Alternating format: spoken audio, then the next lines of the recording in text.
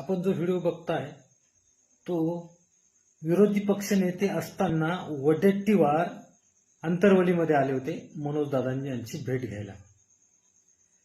त्यावेळेस त्यांनी जे आभाळ हाणले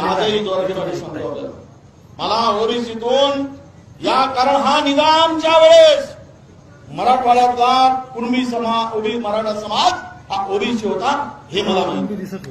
हे मला माहित आहे. पण 2 महिन्यापूर्वी जो मिटिंग घेतली 2 महिन्यापूर्वी 3 महिन्या 4 महिन्याच्या पूर्वी मुख्यमंत्र्यांच्या उपस्थितीमध्ये जी बैठक झाली आणि त्या बैठकीमधला बरोबर मसुदा काय ठरला, क्यूआर काय ठरला, टर्म ऑफ रेफरन्स काय ठरला, ज्या वेळेस तुमची मागणी आली आणि कुणबी म्हणून ओबीसीला आरक्षण देण्याची वडेट्टीवारांचे दाखले मागितले गेले, त्यावेळेस पुरावे मागितले गेले, त्यावेळेस कोणी मागितले, त्यावेळेस कमिशनरला त्याचं अध्यक्ष केलं गेलं. भूमिका आहे की पण ती मीटिंग झाली नाही, 4 महिन्यात मीटिंग झाली नाही हे आपल्या सगळ्यांना माहित आहे.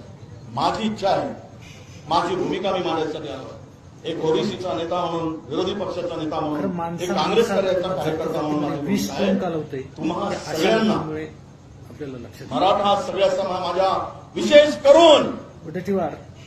करून या मराठवाड्यातील जो निजामाच्या काळात कुणबी म्हणून होते तुम्ही घेतला नाही, विदर्भातल्या लोकांनी घेतला, त्याचा आनंद घेतला, त्याचा म्हणजे त्या आरक्षणाचा फायदा घेतला, तुम्ही घेतला नाही. पण आजही आमची भूमिका आहे की महाराष्ट्रातील ओबीसी समाजांना, आपल्या मराठा समाजांना ओबीसीतून आरक्षण द्या.